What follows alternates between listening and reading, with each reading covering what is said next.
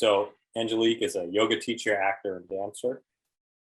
We have Matt here. Matt is an expert in the process of transformation through healing and yoga. And then Andrew has directed tons of commercials, content, short films, and television programming for some of the world's top ad agencies. I'll let everybody just add to that too. So Matt, why don't you kick it off? Yeah, well, I also have a nonprofit and part of a nonprofit, Mindbodysolutions, and I've been practicing yoga. If you don't know, you know from the film now that I'm in a wheelchair and like been practicing yoga for a long time. And then I'll just pass it off quick to Angelique. I don't know what much more to say after that. That's all the kind of outside stuff. I'm in my 50s now, and I've just moved to Florida to help out my dad. And that's like life is changing yet again, like another like transformative in the road to life, like things have moved yet again, and it's just another adventure. So just for frame of reference, when was the film completed? Oh, 2017, right? 2017, yeah. And then Andrew, just a couple of, whatever you want to say. And as far as what I'm doing right now? Yeah, or still telling stories, still shooting, directing. This film is definitely one of the more rewarding experiences so far. Yeah, and to highlight some of the other stuff like Andrew does, not that I want to toot his horn, but I actually do. Here's another documentary called Arctic Sun, and also a thing that happened, which won the, I can't remember what year that was, Andrew, but won the world's best short from the United Nations. So I'm just blowing smoke to let you know that the stuff he makes is the real deal. So before we go into any questions, we're just gonna if there are questions, a couple of just kind of background stuff. Andrew, this film got made because you all of a sudden contacted me, or your producer Dallas did, where you were working, and I never I didn't expect it. I wasn't necessarily looking for it, and all of a sudden you emerged. What brought you to actually do that? Oh, I think it was as obvious as it is. I think you just hear about a guy in a wheelchair who's teaching yoga. I think, it's just immediately interesting. I think it's piqued my curiosity. I wanted to know more about what that looked like and what it meant. And one of the things that I remember in the early days was that you thought it was really important that you weren't a yoga student or a yoga practitioner, right? And well, so I don't know if I knew. I don't know. I may have said it was important. I think I was just saying that as a way to not appear lazy. I think as though my resistance to yoga was somehow by design and part of my process, which it wasn't. It was just sort of the way it was. Well, but don't you think? I thought that's one of the successes of the film is that you're not trying to just argue for how great yoga is. Right. You're actually telling a story, and I think if you'd been more of a yoga, drank the Kool-Aid of yoga, that might have not. It would have been a much different film. Yes, I was coming to it from a point of pessimism to a certain extent. It really emphasizes the connection that you make with the other people in the film, rather than just like the process. Like it's more a human connection. Yeah, exactly. Yep. Yeah, because I remember when Andrew contacted me after I think you or your producer read Waking, the book I wrote, and I remember we talked about it, and I just wanted to trust.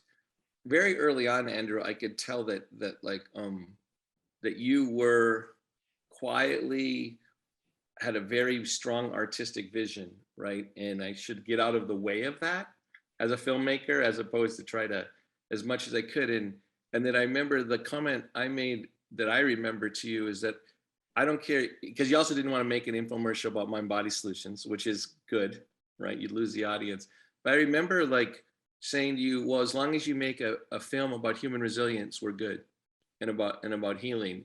And did you go in thinking about that or no, not? No, I didn't. I mean, I think I just sort of, I mean, Matt, there was so many moving parts on this, and I was treading so lightly in some of the stories with Bruce and with Angelique and with Britt. I think I was just trying to get a foothold on just the logistics of actually scheduling time to film and building trust. I think the rest of it came looking at the footage, and it kind of came together and editorially. And that's how a lot of documentaries, that's how they come together. You start shooting, and the film kind of presents itself. Yeah. Yeah. Cause it is that, I mean, like you got things on film that just hanging out, you were so good at just being there, not obtrusive at all, and letting it just kind of happen. It was a remarkable thing. I never felt like, oh, we're doing this for this reason, right? Or reshooting something. So Angelique, when it came out, when you were asked, first of all, like you and I were in contact just a couple of weeks after your injury, right? Yeah. So that just happened. Tell a little bit about how that happened. Well, when I was a yoga teacher before my accident, and so when my accident happened and I had to wait like a night before I had my surgery, so I was pretty much just like lying in a bed with like one of those little things that you press the button so you keep getting the painkiller. And I just was thinking, like, I knew from my teacher training about Matt.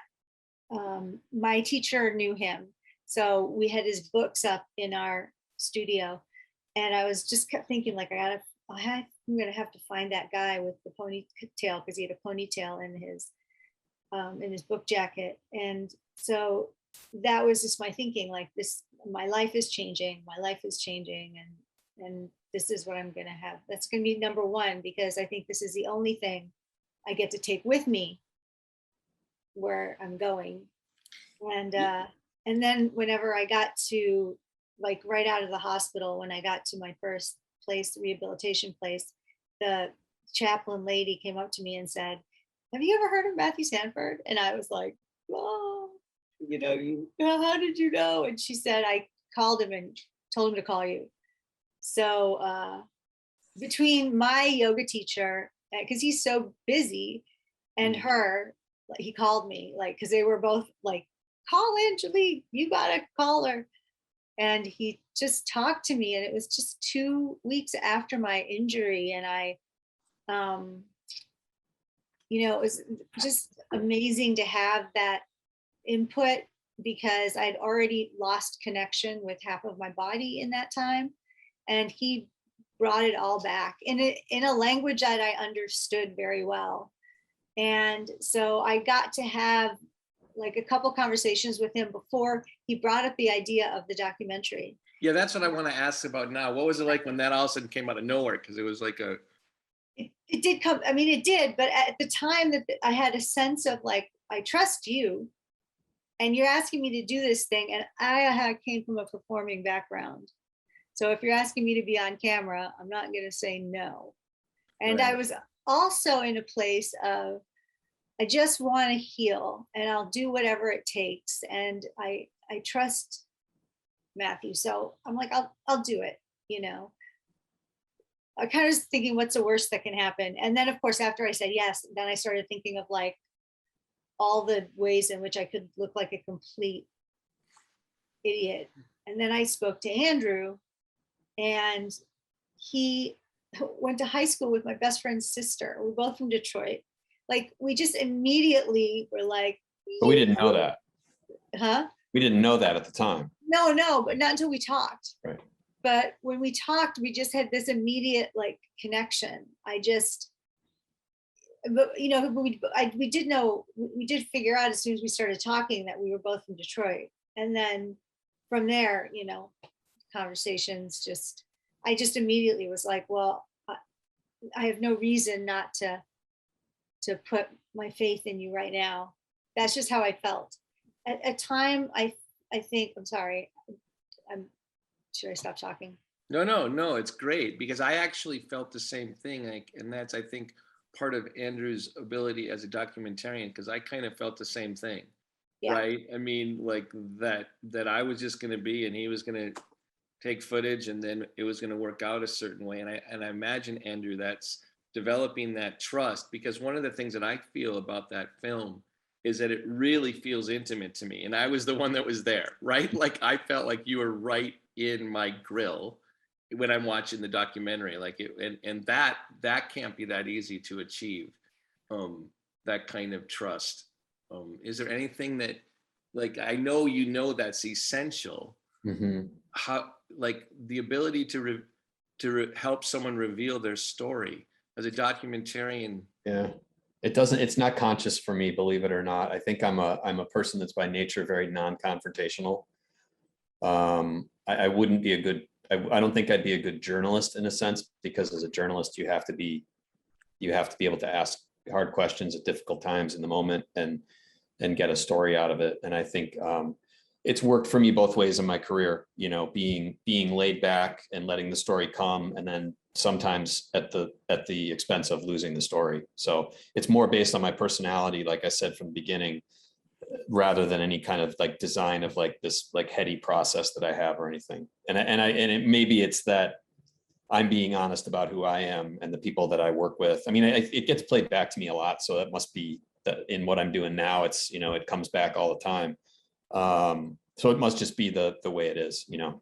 People don't. Well, and I think that's what part of what makes it so authentic, right? I mean, like, is part of the trust is that you're just doing that. So one of the things one time when we talked about this, Andrew, is that how were you affected by making the documentary?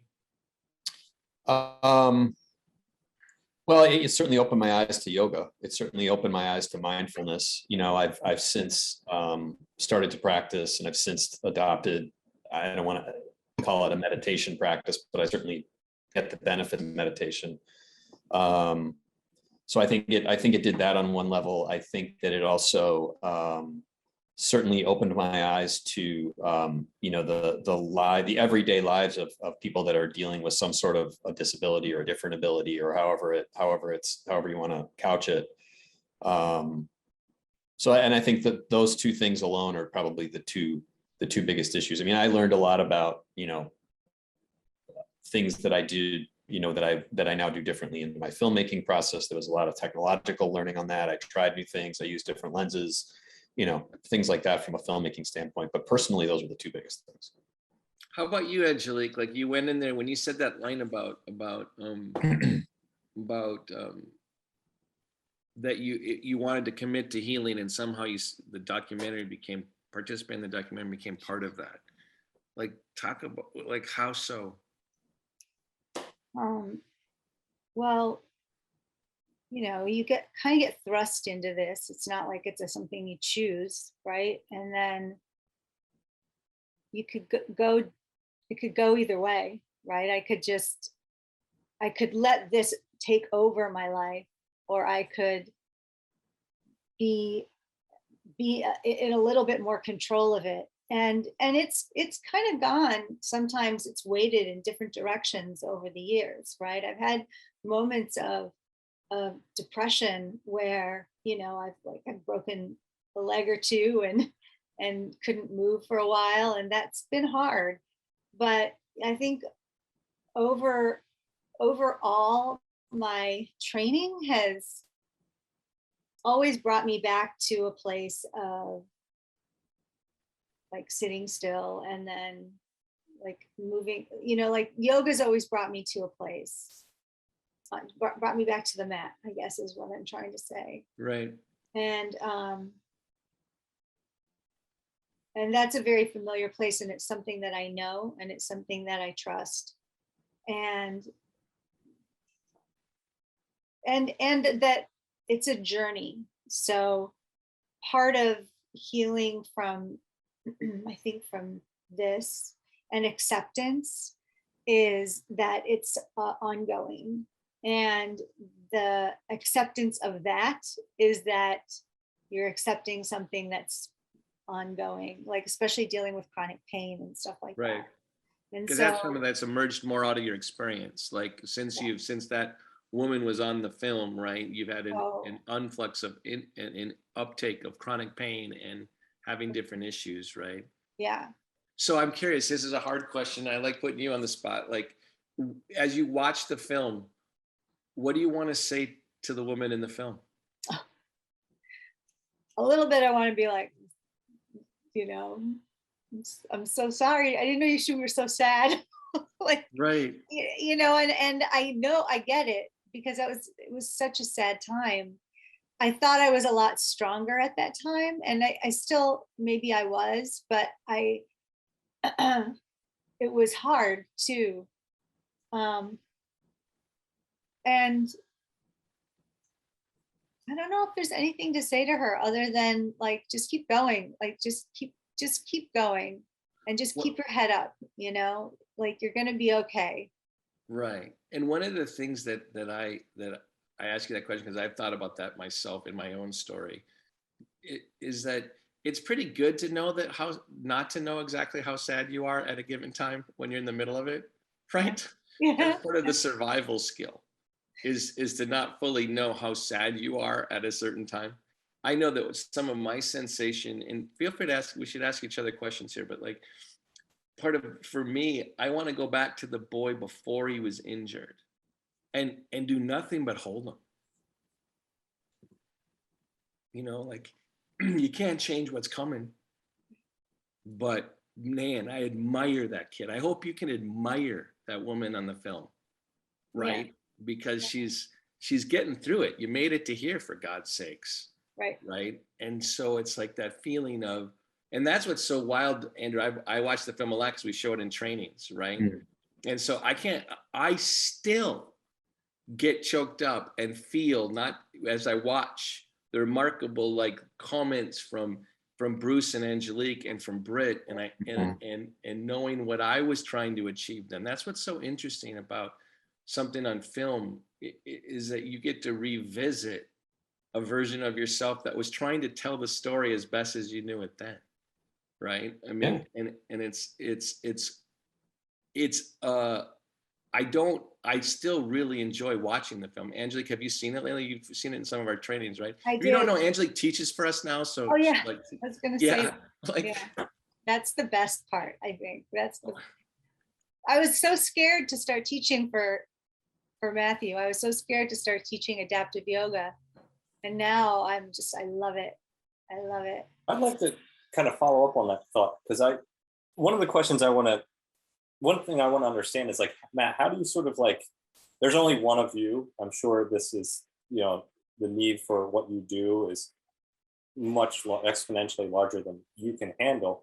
How do you train people? How do you pick someone that is going to train? How do you know somebody's You mean train people to do this kind of work with people? Yeah. Yeah, I don't know. I spent, it's been Mindbodysolutions has been around for 21 years, but really it didn't really get on as much traction until Waking was published. And I try to do it through a variety of both teaching people one-on-one and trying to support their journey, right? As the years have gone on, I've gotten more aware of the importance of the emerging and evolving stories that people tell themselves. That's part of why I asked you the question, Angelique, like, what would you say now, right, to that person? Because stories are in constant movement, and so is the story of Mindbodysolutions, right? So yeah, I'm gonna, in the last third of my life, I'm gonna try to write more. I'm gonna try to I've spent a lot of years trying to directly influence practices within the rehabilitation model, within the yoga community.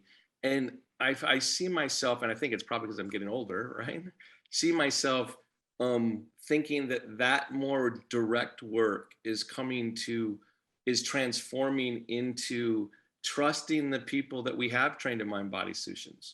We've trained over 1,000 teachers, about how to adapt yoga, and we've influenced a lot of healthcare workers, and that's part of the benefit. Is it's time more and more to just trust the people you've had contact with, because it's too fatiguing to think that you're in control of anything, right?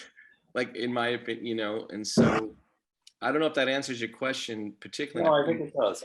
You just want to cast a wider net so that, like, it's not direct and it's just. Yeah, and so opportunities like this, I would love this film to get shown more, right? Yeah. Only because what I love about the film Andrew and is that I love that so I was around for a lot of the filming, right? I wasn't when you and Andrew were together, Angelique, but like I was surprised at what the film came out to be, right? In a good way, right? Like it was, and I loved how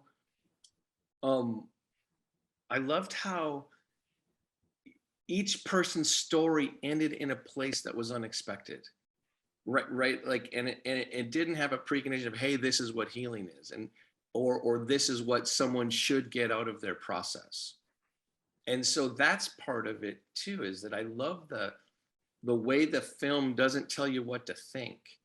So I'm curious, Andrew, when you edited it down into a film, into a 39-minute film, was that on your mind at all as you're editing, or is it, again, you just kind of doing what you do without thinking about that? Well, no, I mean, I think first and foremost, you're trying to make sure there's a story there. You know, you can't get into film festivals and those types of things without there being a clear story, like a clear arc, just the mechanics of a story. So, I mean, that was kind of the first thing that happened in the edit, you know, building, I mean, at the end of the day, we built the story around Britt, really. Right. You know, I mean, everybody had their kind of, like, Angie had kind of a beginning and a middle and an end. Yeah, you did, definitely. And he was more of like the bookends on the whole thing. You know, he was kind of like the thing that held it together. So, you know, when you're looking for that first, and actually an editor started it and worked on it for a while, and I just was getting frustrated with how long it was taking. So I just took it back from him, not in a contentious way, but just wanted to sit with it myself and look at the footage. And he kind of did an outline of it, and then I sort of filled in the blanks, right, with what the film became. But you know, it was really the structure of it was a function of practicality, really. I mean, it was a function of, let's make sure we have a story we can build this around, and then let's worry about the emotional part. Yeah. You know, it's Andrew, maybe what are some of the things that sort of ended up on the cutting room floor that maybe wouldn't have reinforced that story, but are details that are interesting or worth knowing? Well, it's interesting, and it's even just being like one of the things, and even just being a part of this today. You know, there was a lot of footage that we shot with Matthew and speaking engagements. You know, there was a scene actually in Boston at what was the rehab hospital in Boston? Spalding. Where he was talking to a bunch of doctors about you know, about his situation and about trauma and loss and disability and recovering from it. And I think they were all orthopedic surgeons or orthopedic doctors who are very exact and precise in what they do. And we had footage of guys sort of like yawning and, you know, that were sort of there because they had to be there. But clearly were not of the mind that, you know, was of this kind of thinking, was of a different way to do things. There was stuff like that.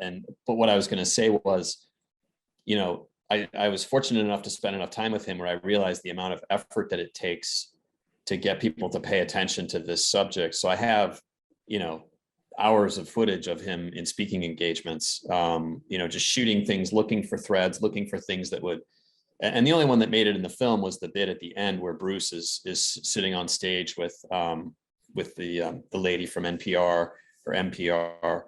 And that's one of the better ones of those, you know, speaking engagements. But there was a lot of stuff like that. There was a lot of stuff. I spent some really dark time with Britt down in South Carolina with he and a friend of his who was also a veteran who was not injured, but was injured mentally in a big way. And a couple of situations where I was sort of like, you know, am I going to like make it out of this trailer alive? There was stuff like that. It was, you know, there was a lot of map teaching and, you know, things like that. Were you alone in a lot of those shoots? Yeah. Oh yeah. Yeah. I generally on these types of situations work completely alone. Yeah. So there was a lot of that kind of stuff. Could tell, right? Oh my God, I can't even imagine. A lot of that kind of stuff, you know, but more to the point, what I wanted to make was just being a part of this today is evidence that, there is a consistent effort and a consistent energy being put out into the universe with this message. And I think that was, there's a lot of that stuff that didn't make the film because it would have just made it too long or fallen on deaf ears, just because the audience needed to be presented with a story that was compelling in some way. Not that it was very laser focused, sort of like, I mean, you have different threads, but there's a definite focus to, like you said before, the arc, and that is reinforced by. So can I tell you one footage that went on the floor that I wish didn't? So Andrew's in our kitchen and I'm with my son and we're playing a Nerf basketball game in which it was like tied between Paul and me. Okay. And Paul's young and he goes in for a dunk, kind of like jumping right over me. Right. And there's contention as to whether the dunk went in or not. Okay. Like that didn't go in. Yes, it did go through the hoop or whatever. And Andrew was able to settle the debate because he had it on film. So he went back on the camera. And unfortunately, my son, won the game because it did actually go through the hoop. So there was all those little moments that were actually there that didn't become part of the story arc. That was like a real interesting part of the process for me. There was a lot. I mean, tons. Yeah. Tons of footage. Yeah. And stuff that eventually I would love that footage as a parent who my son is now older. It's like, I would love some of that footage, right? Yeah. And I've talked about that. I'll get it. It's like, it's amazing to know at least a lion's share of what Andrew filmed. And then when it came down to the film, it's a stunning job of editing. In my opinion, like finding the story arc, and it's like, oh my God, how did he find that? That was part of the amazing. The other thing I hope I've said this to you, Andrew, is that one of the real struggles of what we do at Mindbodysolutions is that it's so intangible, right? And one of the things I hope for this film, and still hope for this film, is that I've spent so many times, just like you're saying, falling on deaf ears, like speaking in healthcare, all those things that you saw on film. And it does, people are ready to hear some of the stuff when they're ready to hear. But what I love about the film is it shows what we're trying to do without it having to be said by us. Like you leave it open for the watcher of that film to see or not see whatever they want to see. And that's why I want the film to get out there, is because I want people to really think, what is healing? Like, I love that Britt ended up and continues to practice Taekwondo, right? Like, that's part of where he landed, right? Like they're all different places that. Now, I'd like to ask you, how do people come to you? Like, how do people get in touch? Like, are they, is it always generally someone who's this far, or they're like, who comes to you and how do they get there? At Mindbodysolutions? Yeah. Are you asking them me? Yeah. Well, through Waking a lot, through the book I wrote, through our website, I hope through this film, I think that you see things in play both on a practical level of trying to help someone through PTSD, but also like that you have to be a witness to other people's healing path, which I think is part of what Andrew did really well in that film. He witnessed Angelique's story and Bruce's story and let that be the story, right? More. And I think that I hope the film does that. Some of the speakings, often we get contacted at Mindbodysolutions by loved ones of people that have gone through a particular trauma, right? And it's funny when you have those conversations, it's like, well, does the person you're wanting to connect to us actually want to connect to us? Right? Because the realization of what I love about, Andrew, the title of your other documentary, The Thing That Happened, right, is that there is no going back to the time before the thing that happened, right? And that's why I love the name, right? There's the thing that happened and then things change. And it's like, until someone's ready to allow that healing's never going to be complete, it's always, like Angelique, you're saying earlier, it's always going to be a work in progress, right? That there's no avoiding that human truth. That's where I hope that what the film can get shown more places, right? Because it's like, it's for you to figure out. And that's part of. Do you feel like it's required for you to help someone to be in the same physical space with them, or is like, are you able to do things virtually? Are you able to? Angelique, what do you think about that? Right? I don't think it's required. I mean, I think there's a beautiful exchange of energies that happens when you get to be in the same room with somebody that is unmistakable. And I miss it, during this whole COVID thing when we've had to move into being on Zoom. However, that we can do the work on Zoom and have it be so beautiful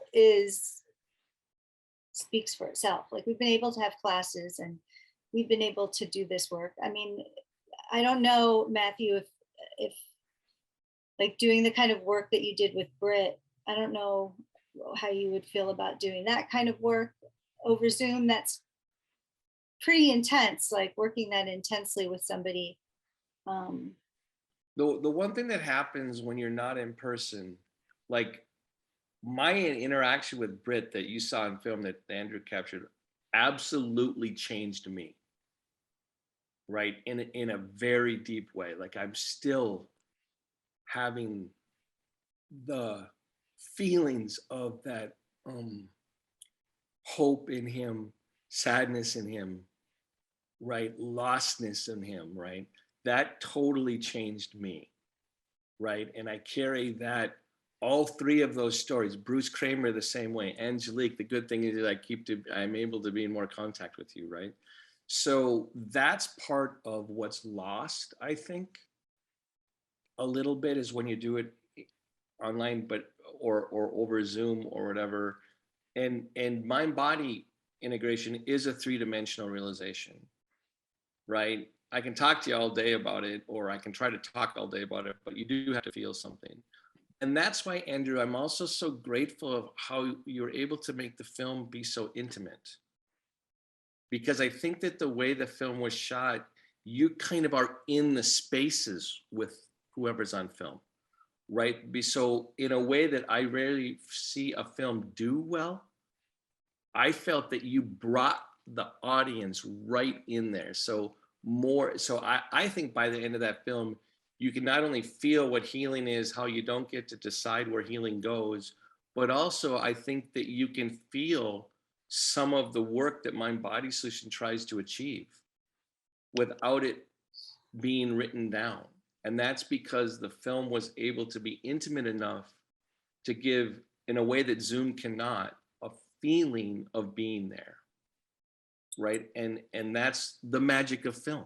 Mm-hmm. That's why, I would rather just send this film out. You want to know what Mind Body System is? Here's the film. Go. Like, this is what we try to do. And when we do it well, it ends up in stories like this. And sometimes things miss too, right? Like, we don't. How can people, because it seems like one of the things you keep repeating is, I wish more people would see it. I wish more people would see it. How do we get more people to see it? Who can they talk to show it? Well, Andrew was nice enough to give us some of the access to this. I always want to honor the fact that Andrew made this film, and it's been a labor of years of love from him, right? So I always want to carry that part of it with us. We have access to it. It's on Vimeo, right now. It can be watched on Vimeo through Andrew's website. We would also, any conferences that maybe want to show it, and we would love for that to occur, because at this point, Andrew, would you agree, like, what's your hope for the film, that it impacts people? Or I just want people to see it. It's this is not it's not how I make my living, right? Totally, yes. I think it would, I would feel good, knowing that it helped people. Yeah, and then I got him to follow up with Mind Body Solutions or other organizations, right, that are supportive on this level. Right. The other thing that I really like about the film is that I think that in this really powerful way, it respected the resilience of the characters it was following. Mm. It didn't try to make them look too sympathetic, too like they were hurting. It actually honored their resilience or their strength or their capacity to heal and watched it unfold, which is part of what our culture needs to do for people that are living with trauma. Is don't forget, if someone survived trauma, they're probably a lot more resilient than you are, just by like still being around, right? And it's not, they're not, people that have gone through hardship aren't just objects of sympathy. They're voices to listen to, right? Because they've gone through things that many of us are not going to be able to imagine, right? And what I love is that Andrew picked 3 stories. There's also things on these weren't the only 3 characters that Andrew actually tried to put on film. We have people that didn't, he just narrowed it down to 3 people, 3 stories, but there were other stories too. We only have about a minute left, so I'd like to just get 2 quick things done in that time. I want to give everybody an opportunity to sort of say what they want people to take away from the film, what you hope people were left with, which I think you kind of just did, Matt, but I'll give you an opportunity to add to it. No, I'm done. And I'd also just like to know what's going on with Britt right now. If you know, can give the Cliff Notes edition of that, if there's any updates on how he's doing. I'll do the quick up notes on Britt, and then Andrew and Angelique, you can go about what you want people to take from. Britt is still practicing yoga with Anne. Remember, that whole scene happens because Anne's a fantastic yoga teacher, right? He is living alone, driving a car, like he's picked it. Also had hardship, like every healing path, it goes up and down and in and out and all the way through. I have not seen him since then, but I get reports from Anne, and we've talked about trying to meet up with him again. So, Angelique, what takeaway from the film do you want him to take? Oh, takeaway from the film. Gosh, I really just want people to have it bring a sense of hope and authenticity into their lives or into their work. And the way you were talking about how you view people with trauma, and like bring that in there too, so that I'm not, it's too long what I want to say. No, but I think we get it. And then Andrew, you get the last word as the originator of this film. The one that put it together. I would add to what Angelique said, only to say that I think we all just need to understand how fortunate we are. I think there's a lot of entitlement and craziness going on in the world right now, and I think that a film like this sort of reminds us all of just being humans, abled or not, in our time on Earth. And if you knew me, that's a really heavy thing for me to say, but that's this. I get reminded of it if I'm ever in the orbit of this film. So. That's the drop the mic sentence. There you go. That's a perfect place to end it. Thank you so much, everybody. I just want to remind everyone we're going to have a second feature today, which is going to start in about 8 minutes. Breathing Love into the Community, which is about a holistic healing group in Baltimore and how they interact with the community. And then we're going to do a Q&A after that with them, which will start around 2:05 today. So thank you, Matthew, Angelique. Thank you, Andrew. Thanks, everybody. And if you want to contact us about the film, mindbodysolutions.org. Yeah, right? and then Andrew put the Vimeo link in the chat there, which I added to the YouTube, and you can grab from there. So two options there. All right, thank you again. Thanks all. See ya. Bye-bye. Bye-bye. Bye, guys. See ya.